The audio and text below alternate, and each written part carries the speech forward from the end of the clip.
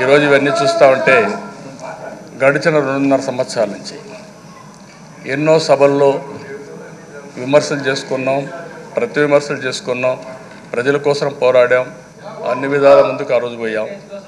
కానీ అపోజిషన్లో కానీ అదే మరిగా రూలింగ్లో ఉన్నప్పుడు కూడా ఎప్పుడు కూడా ఇలాంటి అనుభవాలు నేను ఎప్పుడు చూడలేదు. అదే మరిగా ఇన్నేళ్లుగా జరిగినటువంటి అవమానాలన్నీ భరించాం. నిన్న కూడా ముఖ్యమంత్రి కుప్పం నుంచి ఇదైన తర్వాత రావాలి చూడాలంటూ కూడా నేను ఎక్కువగా దాన్ని కూడా వ్యక్తిగతంగా తీసుకోలేదు. ఈ హౌస్లో పడరాని అవమానాలు పడిన తర్వాత బాధాకరమైన సందర్భాలు ఉన్నాయి. వ్యక్తిగతంగా హ్యూమిలియేట్ చేశారు, పార్టీ పరంగా హ్యూమిలియేట్ చేశారు. కానీ ఈరోజు అధ్యక్ష, ఈరోజు నా కుటుంబాన్ని